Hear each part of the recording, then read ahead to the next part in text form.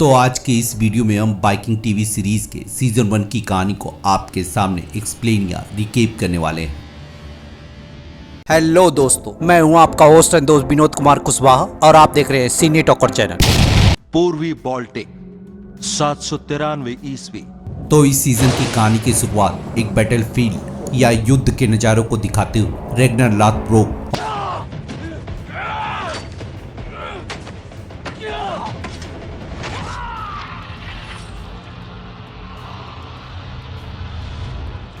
और उसके भाई रोलो से मिलवाती है।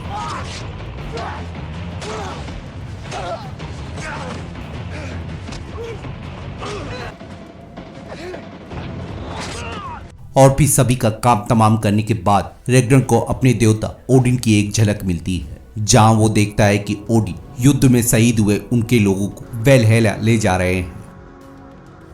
और फिर हमें रेग्नर के परिवार से मिलवाते हुए उसकी वाइफ लगार्था, उसकी बेटी गीडा और अपने बेटी को ट्रेनिंग देते हुए बियॉन से मिलवाया जाता है। और जब लगार्था घर पे दस्तक देती है तो रेग्नर उसे ये बताता है कि वो अपने बेटे को वाइकिंग की रस्म को पूरा करने के लिए कैटेगट ले जाने वाला है। और फिर अपने वाइफ के साथ प्यार भरे पल बिताने के बाद वो दोनों सुबह होने के साथ कैटेगट के लिए रवाना हो जाते हैं। और इधर जब रेग्नर के ना होने की वजह से और उसके घर में 2 आदमी दस्तक देते हुए, अगर प्यासे हो तो पानी पिला दूंगी, भूखे हो तो खाना भी खिला दूंगी, कुछ और चाहिए तो अभी लौट जाओ।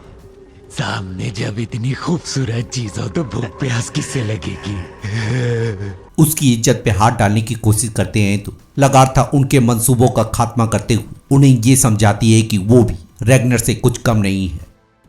और इधर कैटकट पहुंचने के बाद और जाम से जाम टकराने के बाद रेग्नर अपने भाई से बातचीत करते हुए और उसे ये समझाने की कोशिश करता है कि वो लोग पूरब में इतनी बार जा चुके हैं कि उन्हें वहां पे कोई भी खजाना नहीं मिलने वाला है और वो लोग इस टूल की मदद से पश्चिम या लंदन की तरफ रुख कर सकते हैं।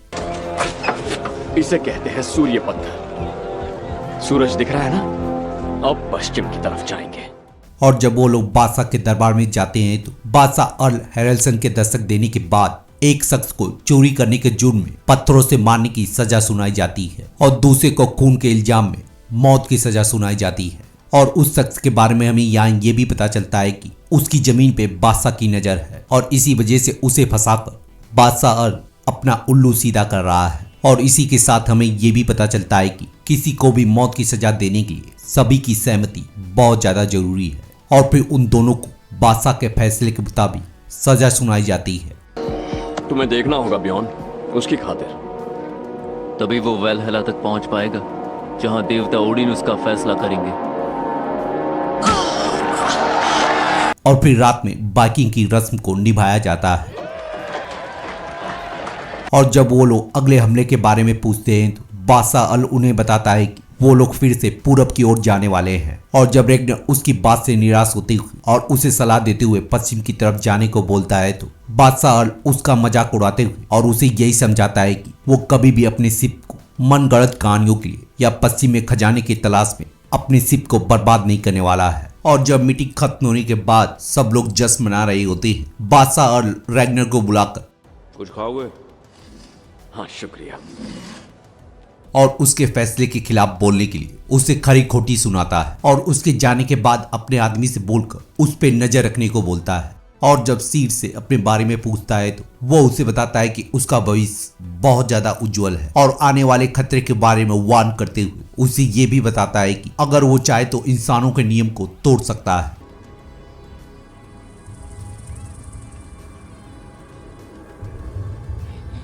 और इधर राजा अर्ल अपने सपने में अपने बेटे की मौत को देख या उसकी मौत के बारे में सोचकर जग जाता है। और इधर रेग्नर अपने बेटे को लेकर और जंगलों की खाक छानते हुए अपने दोस्त फ्लोकी से मिलता है। तेरी आंखें तो अपने बाप पे गई छोरे, तू तो गया काम से।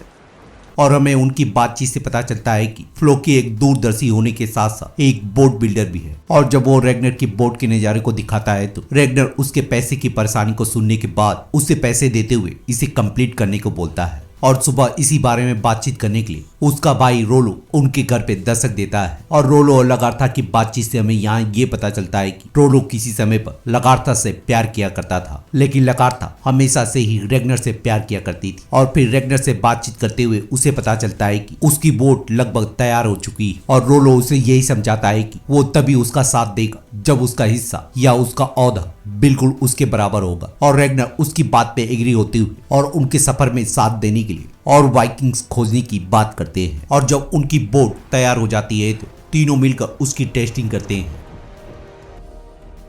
और उनके इस नज़ारे को बादशाह अल का आदमी भी देखता है। और फिर हम अगले दिन उन सभी लोगों की मीटिंग देखते हैं जो लोग उसके बुलाने पर और अपने कड़े की कसम को खाकर उससे ये वादा करते हैं कि यहाँ की बातचीत को वो बादशाह अल से सीक्रेट रखेंगे। और जब रेगनर सभी को वेस्ट जाने का प्लान बताता है तो कनूट के सवाल पूछने पर वो उसे विश्वास दिलाता है कि वो वहां पे जाकर निराश नहीं होने वाला है। और जब रेगनर सभी के डाउट को क्लियर करता है तो वो सभी लोग उसके साथ जाने के लिए तैयार हो जाते हैं। और जब वो कनूट से पूछता है तो चलूंगा, अपने बच्चों को बहादुरी की कहानी जो सुनानी है। और फिर उनसे बताता है कि वो लोग कुछ हफ्ते बाद यहाँ से निकलेंगे और बादशाह को इस बारे में किसी भी तरह से पता नहीं चलना चाहिए। और इधर बादशाह का आदमी उसके पास पहुंचकर उनकी मीटिंग के बारे में सबको बताता है। और बादशाह अल उसे वेट एंड वॉच का गेम खेलते हुए उन पर नजर रखने को बोलता है। और जब वो जाने लगता है तो बादशाह अल उससे बातचीत करते हुए और उसकी वफादारी को टेस्ट करने की अपनी बीवी के साथ एक रात बिताने की पेशकश करता है। और जब वो उसकी बातों में आते हुए और रानी के साथ समय बिताने लगता है तो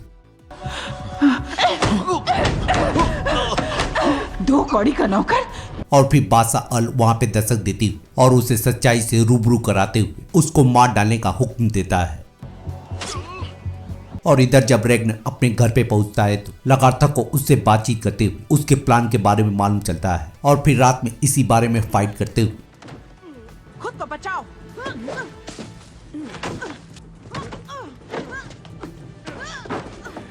क्या कर रही हो? बात सुनो, याद है ना तुम्हें, मैंने ही तुम्हारी जान बचाई थी।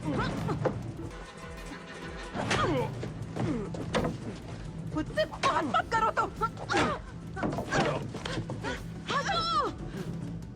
और बियॉन्ड के रोकने के बाद वो लोग बाद में ये डिसाइड करते हैं कि लगार्था उसके साथ नहीं जाने वाली है।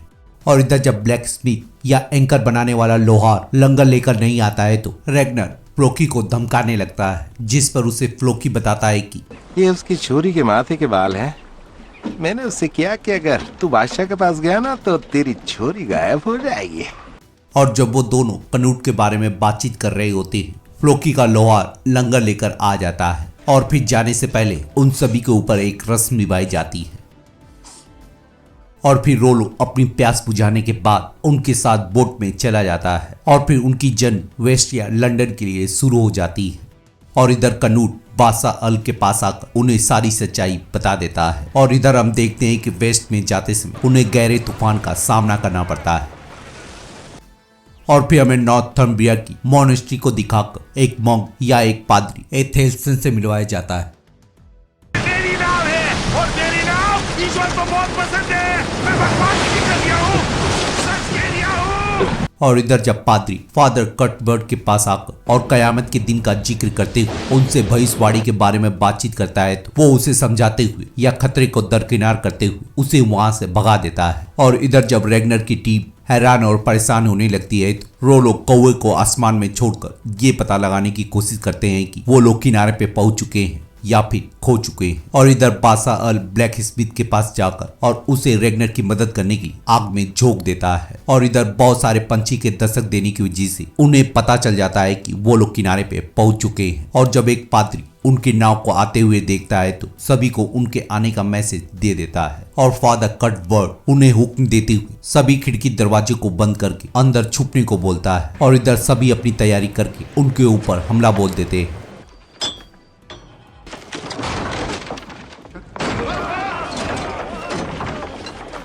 और उनके अंदर घुसने के साथ मौत का तांडव और लूटपाट शुरू हो जाती है।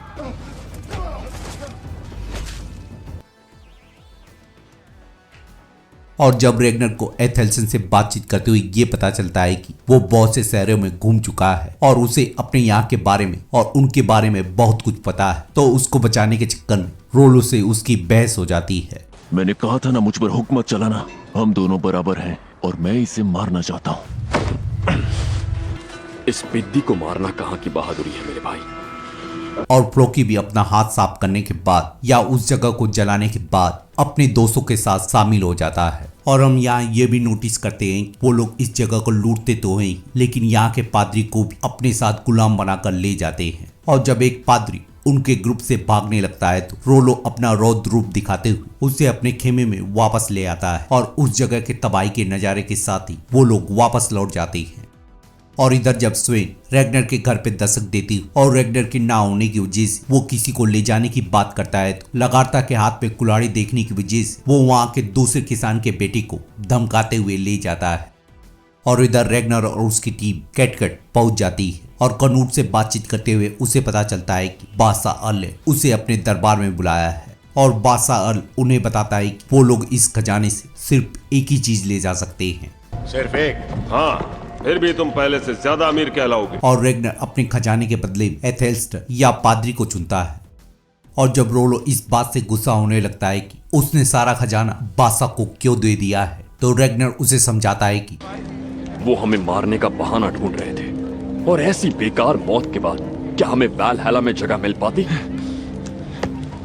भाई यकीन मानो खेल खत्म नहीं हुआ। और जब रोल अपने चुराए हुए खजाने के दर्शन कराता है तो रेगनर उस पर गुस्सा होते हुए उसे बताता है कि ओडिन तुम्हारे इस बेवकूफी के लिए तुम्हें कभी भी माफ नहीं करेगा। तुम्हारा ओडिन ना करे पर मेरा जरूर करेगा। और उस पे गुस्सा निकालते हुए पादरी को लेकर चला जाता है और फिर अपने घर पहुंचने के बाद और उनसे सारी सच्चाई बताते हुए उन्हें पादरी से मिलवाता है। और जब गीडा उससे उसके सारे भगवान के बारे में पूछती है तो ईश्वर तो एक ही होता है। पादरी का जवाब सुनने पर सारे लोग चौंक जाते हैं। और फिर हम रात में देखते हैं कि रेगनर उसकी नीयत और वफादारी को टेस्ट करने के लिए उसे बादशाह अर्ल की तरह ही अपनी बीवी ऑफर करता है, लेकिन पादरी उसे बताता है कि वो एक मंक है और वो कभी भी एक औरत को छू नहीं सकता है। और लगातार गिर जाने के बावजूद भी वो उन्हें यही बताता है कि ये उसके लिए पाप है। और पादरी उन दोनों के टेस्ट में पास हो जाता है। और इधर बादशाह अर्ल अपने खजाने को छुपाने के बाद और उसकी रखवाली करने के लिए वो उसी लड़के का काम तमाम करवा देता है जिसको स्वेन ने लगार्ता के गांव से लाया था। और इधर रेगनर पादरी से जाम टकराते हुए और उससे बातचीत करते हुए वहां के चारों गणराज्य और उनके राजा के बारे में जानता है और उससे ये भी जानता है कि आखिर उनके मंदिरों में या उनके चर्च में या उनके देवताओं को इतनी दौलत क्यों चाहिए होती है। और पादरी उसे यही बताता है कि उनके भगवान का यहाँ पे साम्राज्य नहीं है बल्कि वहाँ के अमीर लोग अपनी आत्मा की शांति के लिए गिरजाघर में भेंट चढ़ाते हैं। उनकी आत्मा मतलब? और उससे सारी जानकारी लेने के बाद वो उसे लेकर कैटगट फिर से रवाना हो जाता है। और बादशाह के पास जाते समय उसे पता चलता है कि जिन लोगों को उन्होंने वहां से गुलाम बनाकर लाए थे वो लोग लटके पड़े हैं। और रेगनर बादशाह के पास जाने के बाद और फिर से इंग्लैंड की तरफ जाने के लिए पादरी का सहारा लेते हुए वहां के राज्यों के बारे में बताने लगता है। और बादशाह अर्ल उसकी बात समझने के बाद उन लोगों को वेस्ट जाने की इजाजत देते हुए अपने सौतेले भाई कनूट को भी ले जाने का ऑर्डर देते हैं। और जब पादरी वापस लौटते समय अपने साथियों को देखकर रुक जाता है तो रेगनर उसके बंधे से उसे आजाद करते हुए उसे छोड़कर जाने लगता है। और जब पादरी को एहसास होता है कि उसकी जान यहाँ पे सुरक्षित नहीं तो वो अपनी जान बचाने के लिए रेगनर के साथ हो लेता है। और घर जाने के बाद रेगनर लगार्था को बताता है कि वो भी उसके साथ जा रही है और अपने बेटों को बताता है कि उन दोनों के ना होने पर पादरी उनका ख्याल रखने वाला है। और जब बियॉन उसके साथ रहने से मना करता है तो रेगनर गीडा की सलाह लेते हुए पादरी को उनका इंचार्ज बना देता है। अगर मेरे बच्चों को खरोंच भी आई तो मैं तेरे शरीर से खून का एक एक कतरा सोख लूंगी। और फिर सभी लोग नाव में पहुंचकर इंग्लैंड जाने की तैयारी करने लगते हैं। और रोलो कनूट को घूरने के बाद और उसकी हालत को खराब करने के बाद और उसे होश में लाते हुए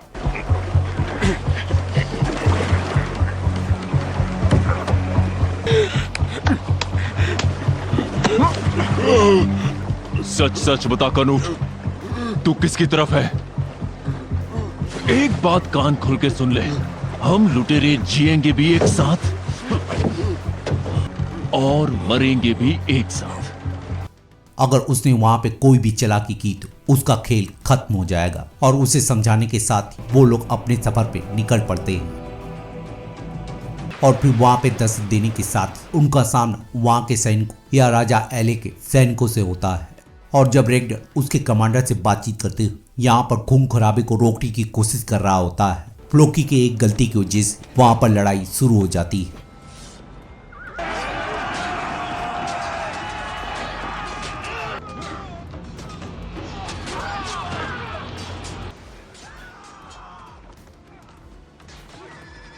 और उनमें से एक सैनिक वहां से भागने में कामयाब हो जाता है और किंग एले के पास पहुंचकर उसे अपनी सारी राम गाथा बता देता है। और राजा ये बात जानने के बाद कि उन लोगों ने ही चर्च पे हमला किया था, वो अपने सेनापति को ऑर्डर देते हुए उन्हें रोकने को बोलता है। और इधर हम देखते हैं कि रेगनर उनके शहर के पास पहुंचने के बाद और सैटरडे होने की वजह से वहीं पे रुक जाता है। फिर तो कल ही हमला करेंगे। पर क्यों? इसका जवाब तुम्हें कल मिल जाएगा। और फिर सुबह होने के बाद और उनकी पूजा स्टार्ट होने के साथ वो लोग उनकी तरफ बढ़ने लगते हैं और उनके शहर में दस्तक देने के साथ मौत का तांडव शुरू हो जाता है।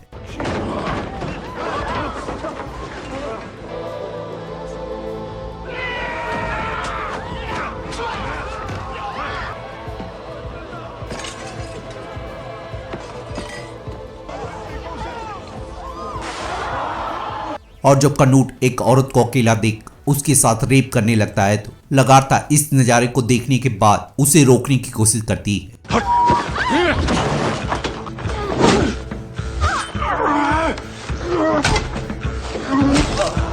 और जब कनूट उसका काम तमाम करते हुए लगातार पे हाथ साफ करने लगता है तो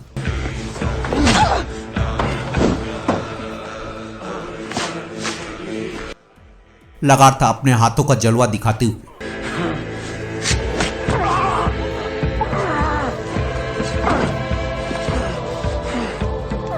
उसका काम तमाम कर देती है। और जब रेगनर अपने साथियों के साथ वापस जा रहा होता है तो कनूट के ना शामिल होने पर और उसके बारे में पूछने पर उसे लगातार सच्चाई बता देती है।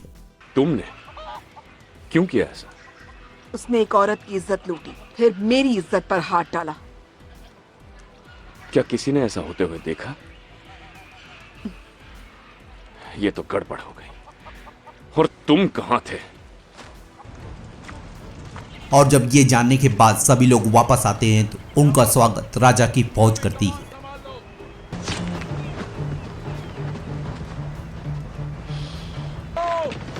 तीर चलाओ, हमला!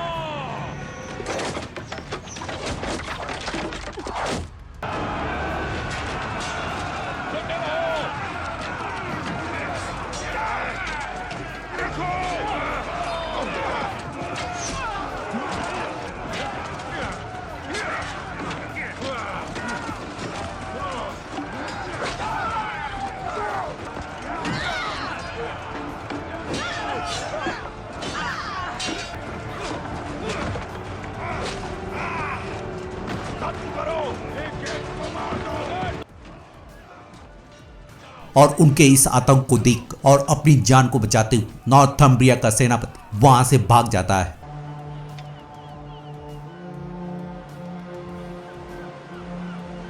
और जब सेनापति अपने राज्य में पहुंचकर और किंग एला से बातचीत करते हुए अपने भागने की सफाई दे रहा होता है तो राजा उसका मुंह बंद करते हुए और उससे यही जानने की कोशिश करता है कि क्या वो नामुराद हमारी तरह इंसान नहीं थे? उनकी रगों में खून नहीं दौड़ता था? या फिर उनके सींग थे या वो आग उगलते थे? ऐसा नहीं है हुजूर। और वो उसे बताता है कि उसने उनके बारे में जानने की कोशिश की थी लेकिन उन्हें सिर्फ इतना ही मालूम चला है उनका लीडर रेगनर है। और इधर हम देखते हैं कि अपने साथी को अंतिम विदाई देने के साथ वो लोग वापस लौट जाते हैं।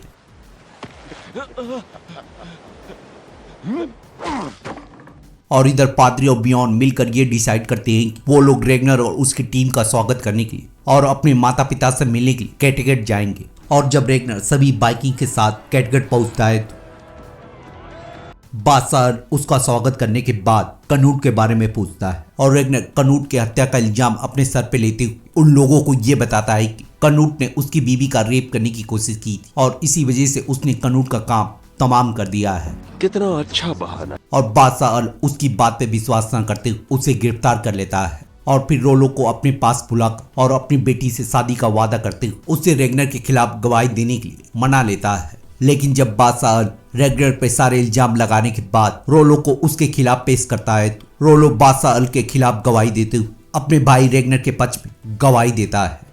जो कुछ भी रैग्नर लॉथब्रुक ने बताया वो सच है।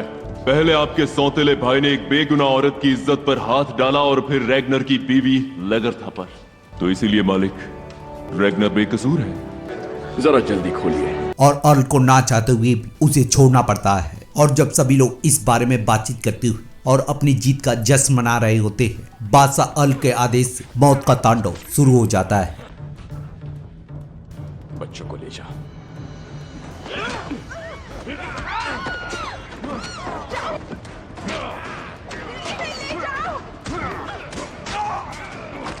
और बादशाह अल के सभी सैनिकों का काम तमाम करने के बाद उनकी लाशों को बादशाह अल को तोहफे में भेज देते हैं। और इधर भी उनके साथ लड़ते हुए उनका एक साथी मारा जाता है। और बादशाह सी से मिलते हुए ये जानने की कोशिश करता है कि वो रेगनर से इस लड़ाई में जीतेगा या मारा जाएगा। और इधर रेगनर अपने आप से गुस्सा होते हुए और पहाड़ियों में जाकर आने वाले वक्त का इंतजार करने लगता है। और जब सुबह होने पर रेगनर अपने घर पे लौटता है तो पादरी से भगवान के विषय में बातचीत करते हुए, हमारे देवताओं के बारे में तू क्या जाने, पादरी कहीं का। चुपचाप अपना काम खत्म कर, मेरे मुंह मत लगना।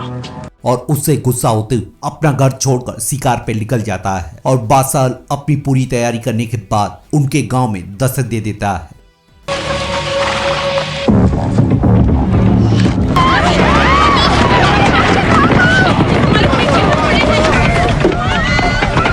ये लो और यही रहना।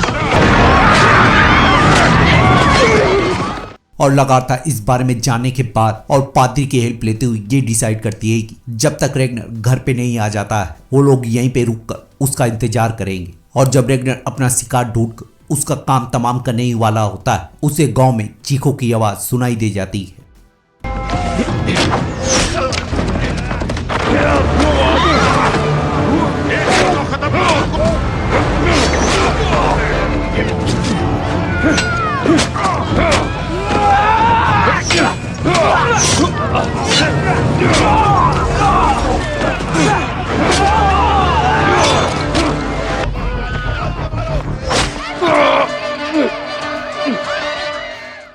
और फिर मारकाट मचाते हुए अपने घर तक पहुंचने के बाद और सभी लोगों की जान बचाने के लिए उन्हें वहां से भगा देता है।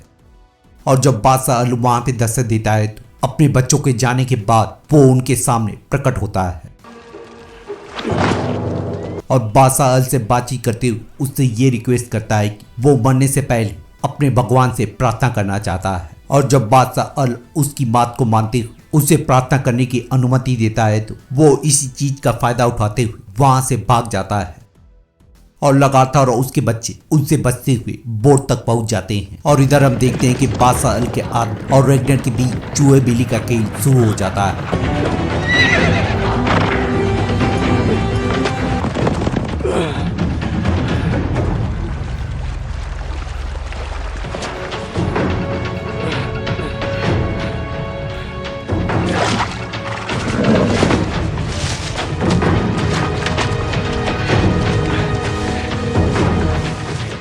और रेगनर इस भागदौड़ में अपना खून इतना ज्यादा खो चुका होता है कि अपने आप पे काबू ना होने की वजह से वो पानी के अंदर गिर जाता है। और बादशाह अल के आदमियों के जाने के बाद पादरी पानी में छलांग लगाते हुए उसे बोट पे ले आता है और लगातार उसकी जान बचाने की उसे फ्लोकी के पास ले आती है। हम मलम तैयार करेंगे।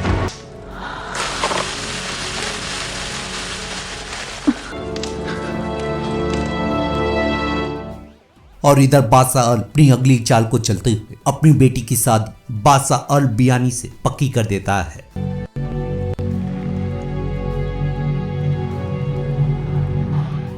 और जब उसकी पत्नी सिगी इस बारे में जानने की कोशिश करती है तो उसे पता चलता है कि उसने अपनी बेटी की शादी अपनी ताकत को बढ़ाने के लिए और 20 किलो सोना और चांदी पाने के लिए की है। और इधर टॉसियन फ्लोकी के घर पे दस्तक देते हुए उससे मिलने के लिए आता है और रेगनर से बातचीत करते हुए उसे बताता है कि उसे रोलो के द्वारा ही इस जगह के बारे में मालूम चला है और बादशाह अपनी बेटी की शादी में उनकी नाव को दहेज में दे रहा है। और इधर रोलो बादशाह की बेटी की शादी में पहुंचकर और उससे बातचीत करते हुए ये समझाने की कोशिश करता है कि रेगनर मर चुका है और उसके आदमी को उसका पीछा करने की जरूरत नहीं है और उसे विश्वास दिलाता है कि उसे लोगों पे विश्वास करने में टाइम लगता है, लेकिन जब तक उसे विश्वास नहीं होता है वो उसके शिप पे काम कर सकता है।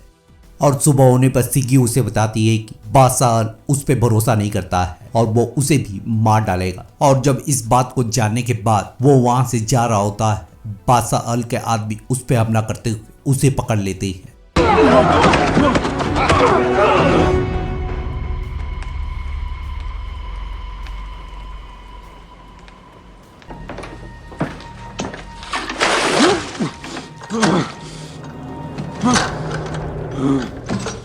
और रेगनर के बारे में जानने के लिए उसके ऊपर टॉर्चर शुरू हो जाता है और इधर टॉर्चर सिगी का मैसेज लेते हुए उसे रोलो के बारे में सारी सच्चाई बता देता है। और रेगनर इस बात को जानने के बाद ये डिसाइड करता है कि वो बादशाह अल का काम तमाम करने के लिए उससे हैंड टू हैंड फाइट करेगा और फ्लोकी को अपना मैसेज बताकर उसे बादशाह अल को बताने के लिए भेज देता है। कहना अगर उसने मना कर दिया तो जिंदगी भर इस लानत के साथ जीना होगा और ओडिन उसे कभी वालहला में दाखिल होने नहीं देंगे।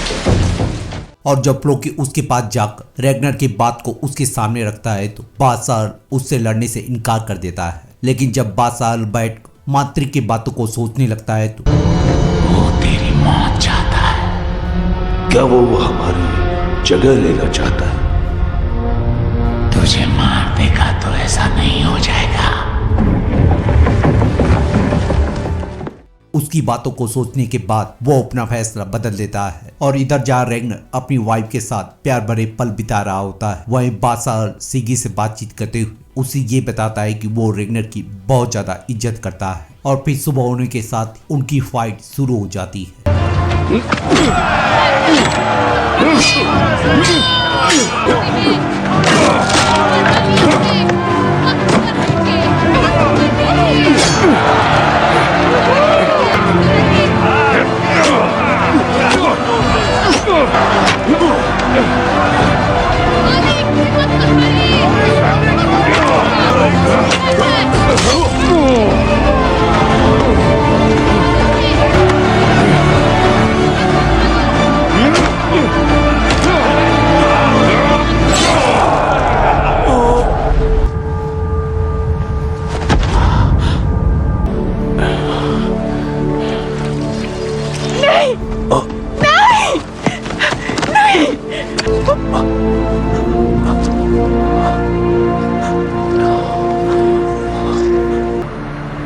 खत्म कर दो इसे, मारो इसे।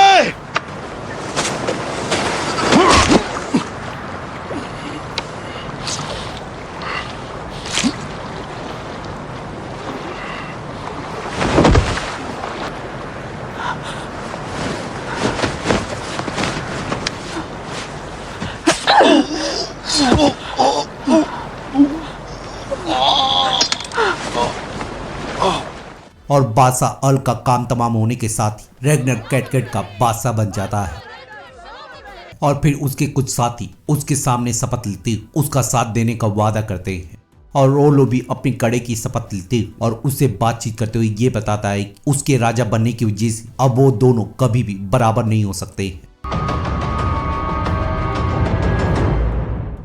और फिर बादशाह अल की आखिरी विदाई कर दी जाती है और साथ ही साथ हमें उनका एक रिचुअल दिखाया जाता है जहाँ पे उसकी दासी अपनी मर्जी से अपनी जान को कुर्बान करने के लिए पहले पुजारियों के साथ सेक्स करती है और उसके बाद अपनी जान की कुर्बानी देते हुए उसके आखिरी सफर में साथ देती है ताकि वो मरने वाले शख्स को या बादशाह अल को वेलहेला ले जाने में मदद कर सके। और हम यहाँ ये भी देखते हैं कि जब सिगी अपने पति को जलाने के लिए रेगनर की इजाजत मांगती है तो रेगनर उसको मसाल देने की बजाय दूसरे शख्स को दे देता है और फिर बादशाह अल को जला दिया जाता है।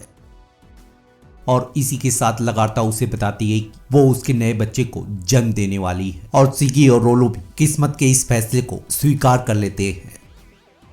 और फिर रैग्नर अपने अगले मिशन की तैयारी करते हुए और अपने सभी बाइकिंग योद्धाओं के साथ मिलकर नॉर्थम्बिया की तरफ निकल पड़ता है। और जब किंग एले को इस बारे में मालूम चलता है तो वो अपने सेनापति से गुस्सा होते हुए उसे एक ऐसे पिंजरे में डाल देता है जहां से वो कभी भी मौत के डर से भाग नहीं सकता है।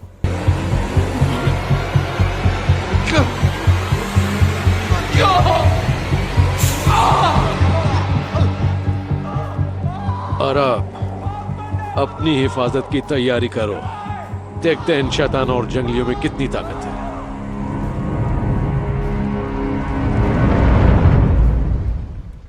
और इधर जहाँ बाइकिंग उनके राज्य में प्रवेश करने वाले हैं, वही किंग एले का भाई एथलवुल्फ उससे मिलने के लिए अपने सैनिकों के साथ आ जाता है और किंग एला अपने भाई का स्वागत करते हुए उसे अपना सेनापति घोषित कर देता है। और इधर रैग्नर और उसकी टीम अपने ठिकाने पे पहुंचने के बाद जंग की तैयारी करने लगती है और सेनापति एथलवुल्फ उनके डेरे को देखने के बाद और अपने आदमियों से बातचीत करते हुए ये फैसला लेता है कि वो लोग उसकी जगह पे या उसके बिछाए हुए जाल में जंग नहीं करेंगे। और रैग्नर अपने भाई से बातचीत करते हुए ये बताता है कि वो भी उनके ऊपर पहले हमला नहीं करने वाला है और जब हालात उसके मुताबिक होंगे तो वो मिलकर उनके ऊपर हमला करेंगे। और जब एथलवुल्फ और उसके सैनिक अपना डेरा डालकर सो रहे होते बाइकिंग्स वहां पे पहुंच और इस मौके का फायदा उठाते हुए मौत का तांडव शुरू कर देते हैं।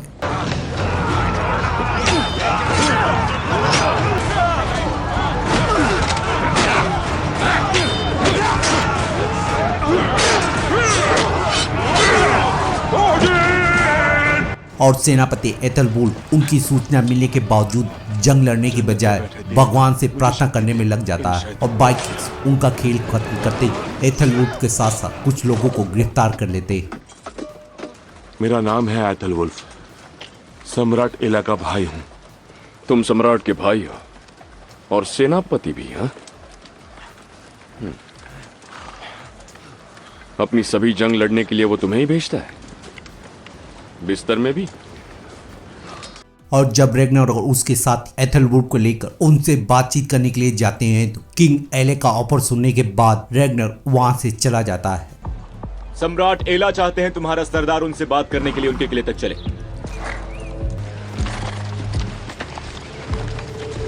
अरे कहां जा रहे हो? और फिर अपने भाई और अपने साथियों से बातचीत करने के बाद रैग्नर उनके बारे में जानने की अपने साथियों के साथ मिल किंग एला की दावत को कबूल कर लेता है और फिर उनसे जान पहचान करने के बाद और उसके भाई और यहाँ से जाने के लिए उनसे 2000 किलो सोना और चांदी मांगता है। क्या कहा इसने? क्या बकवास कर रहा है? बस 2000 किलो। मुझे ठीक से सुनाई नहीं दिया रैग्नर लॉथब्रुक। 2000 किलो चाहिए, सोना और चांदी। और किंग एला उसकी बात को मानते हुए और अपना जाल फेंकते हुए उसे बताता है कि वो उनको सोना चांदी तब देगा या उन पर विश्वास तब करेगा जब उनमें से कोई उसके धर्म को अपनाएगा। सुन लो, ये चाहता है कि हम में से कोई एक ईसाई बन जाए। जहाँ पे सभी लोग उसके इस बात का मजाक उड़ाते हैं, वही रोलो उसकी बात को मान जाता है। और इधर हम देखते हैं जब सिगी उनसे बातचीत करने के लिए या लगार्था से बातचीत करने के लिए आती है तो लगार्था उसे बैठने को बोलती है, जिस पर बियॉन्ड गुस्सा होते हुए उसे बताता है कि उसके पति की वजह से ही हमारे पिता की जान जाने वाली थी। और लगार्था उसे समझाती है कि और अगर वो उन्हें मार देते तो आज मैं सिगी की जगह खड़ी होती। तो बोलो अब मुझे इनसे क्या कहना चाहिए?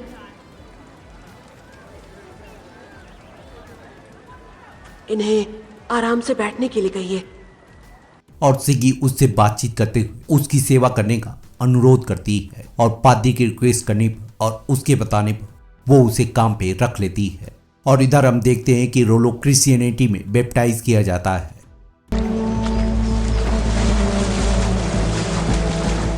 और फ्लोकी उसके इस कारनामे की वजह से या उसके क्रिश्चियन बनने की वजह से उसका मजाक उड़ाने लगता है तो वो उसे बताता है कि वो बस ऐसा करके उनके साथ मजाक कर रहा था और इसी चीज को लेकर उन दोनों के बीच बहस हो जाती है। और जैसे ही रोलो उसका काम तमाम करने के लिए जाता है तो किंग एले का तोहफा आ जाता है और उसके पास जाने पर और उसे खोलने पर उन्हें पता चलता है कि उनके साथ धोखा हुआ है और रोलो की सारी मेहनत और सारा मजाक एक पल में खत्म हो जाता है और फिर उनके हमले के साथ जंग शुरू हो जाती है।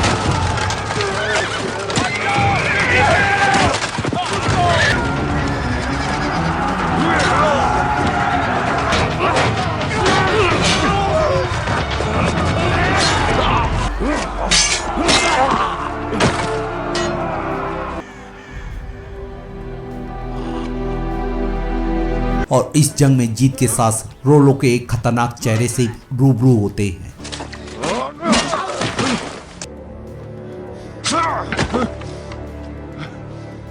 बोलो कितने ईसाइयों को मारा मैंने फ्लोकी? गिने तुमने? बोलो, क्या अब भी ओडिन मुझसे नाराज होंगे? और रेगनर अपना फैसला लेते हुए एथेलवुल्फ से बातचीत करने के बाद उसका काम तमाम करते हुए अपना मैसेज भेज देता है। और इधर हम देखते हैं कि लगार्था अपने आने वाले बच्चे को दुनिया में आने से पहले ही खो देती है। और इधर किंग एला रेगनर और उसकी आर्मी से हार मानते हुए उन्हें उनकी मांगी हुई दौलत दे देता है और उनको वापस लौटते हुए और उन्हें देखते हुए ये कसम खाता है कि जब तक रैग्नर लॉथब्रुक से बदला नहीं लूंगा, चैन से नहीं बैठूंगा। वास्ता हमें प्रभु यीशु मसीह का और पवित्र मरियम का। एक दिन मैं इस जंग का अंत कर दूंगा जब मैं उसको सजाए मौत दूंगा। और रेगनर उसे गुड बाय बोल और फ्लो की पैसा उछालते हुए उसका जवाब देता है। और फिर घर पहुंचने पर जब उसे इस स्ट्रेटजी के बारे में मालूम चलता है तो रेगनर ये डिसाइड करता है कि वो पादरी को उपसाला ले जाकर और उसकी कुर्बानी देते हुए अपनी देवताओं को खुश करेगा। और फिर सभी मिलकर उपसाला के लिए निकल पड़ते हैं।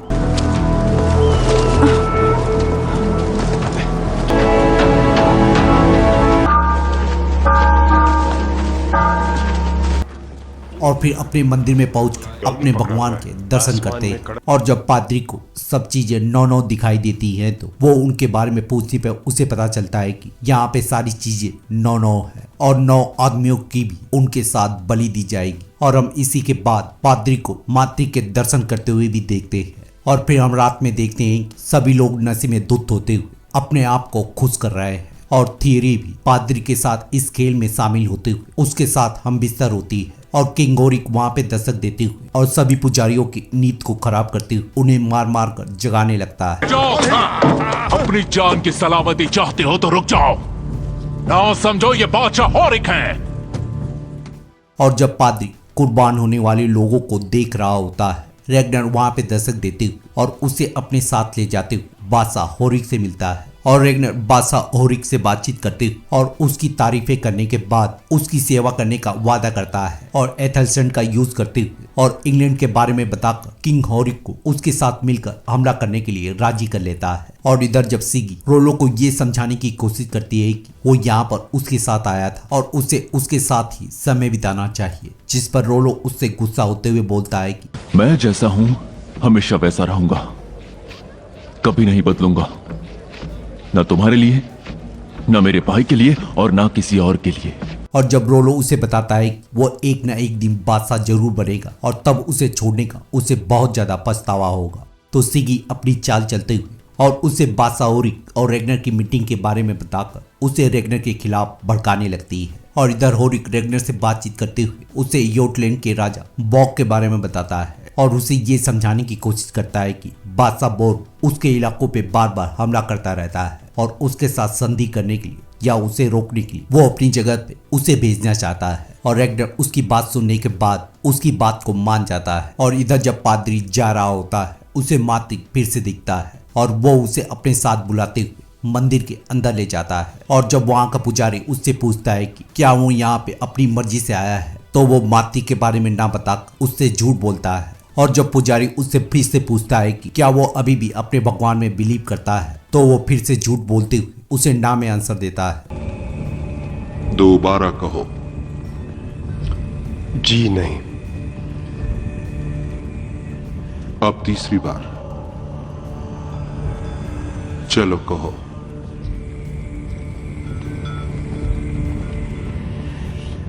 नहीं। और जब उसे यहाँ पे आने की सच्चाई मालूम चलती है तो उसके हाथ पांव फूलने के साथ पादरी अपने भगवान को याद करने लगता है। और पुजारी इस बात को जानने के बाद इस आदमी की कुर्बानी देवताओं को खुश नहीं करेगी। और मातिक उनके बेड़े में दस्तक देते हुए उन्हें बताता है कि पादरी की बलि नहीं दी जा सकती है और देवताओं के कर से बचने के लिए उनमें से किसी एक को पादरी की जगह लेनी होगी। इससे पहले कि यह पाक मौका किसी और को हासिल हो,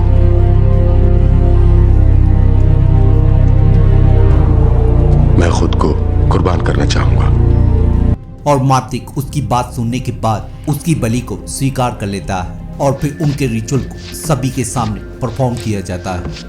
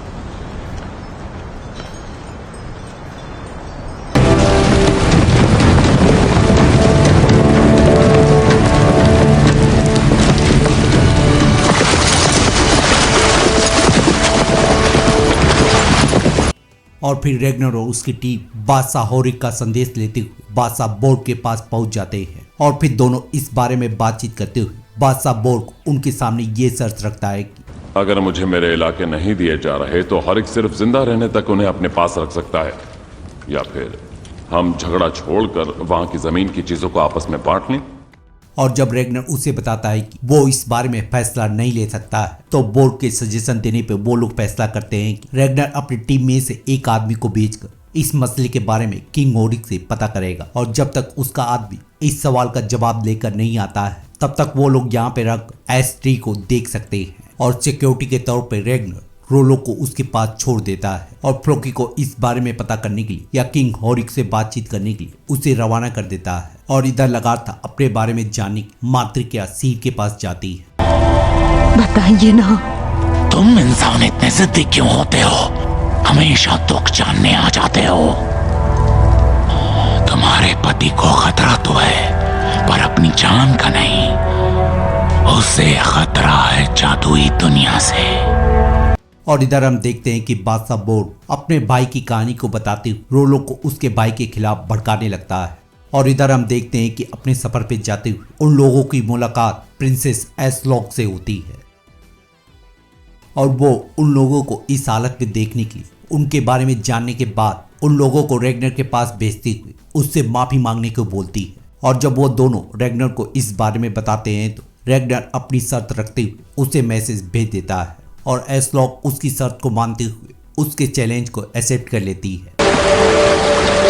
तो बादशाह रागनर आपकी इच्छा के मुताबिक आए हैं। हमने कपड़े पहने हैं और नहीं भी, न भूखे हैं न पेट भरा है, अकेले नहीं हैं पर कोई साथ भी नहीं।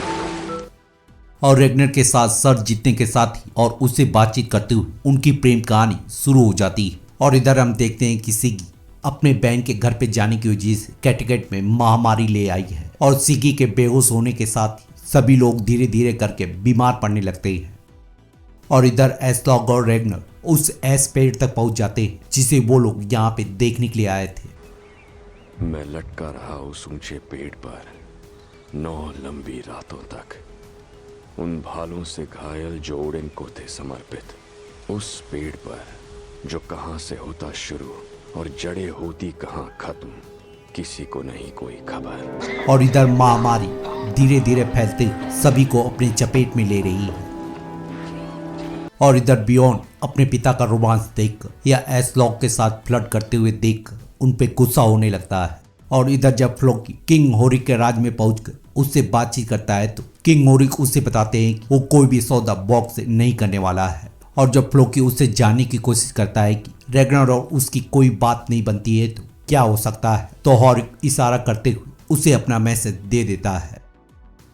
और इधर जहां रैग्नार की बेटी महामारी की चपेट में आ चुकी है, वहीं दूसरी तरफ रैग्नार एस्लॉक के प्यार में पड़ते हुए अपने प्यार को अपनी मंजिल तक पहुंचा चुका है। और जब बियॉन्ड इस बारे में अपने पिता से बातचीत करता है तो रैग्नार उससे वादा करता है कि वो अब कभी भी एस्लॉक के साथ हम बिस्तर नहीं होगा और हम इसका नतीजा अगली रात को देखते हैं। मैंने कहा नहीं। और इधर हम देखते हैं कि महामारी को खत्म करने के लिए बकरे की बलि भी दी जाती है और इस महामारी की वजह से सीगी की बेटी और बाद में रैग्नार की बेटी भी अपनी जान को गंवा देती है। और इधर एस्लॉक रैग्नार के पास आकर उसे ये बताती है कि वो उसके बच्चे की मां बनने वाली है। और फ्लोकी वहां पे दस्तक देते हुए और थोड़ा बहुत खाना खाने के बाद राजा होरिक का फैसला सुना देता है। उसने कहा कि अब वो कोई समझौता नहीं करेगा और सौदा भी नहीं करेगा। वो बोला कि अपने इलाके की कीमत बता दो बस। वरना उसने वरना तो बोला ही नहीं भैया। और बादशाह बोर्ग उसकी बात सुनने के बाद उन्हें यहाँ से सुबह जाने के लिए बोल देता है। और रैग्नार अपने भाई को घूरते और उसे देखते हुए ये समझ जाता है कि उसका भाई बदल चुका है। और इधर लगार्था अपनी बेटी को अंतिम विदाई देती है।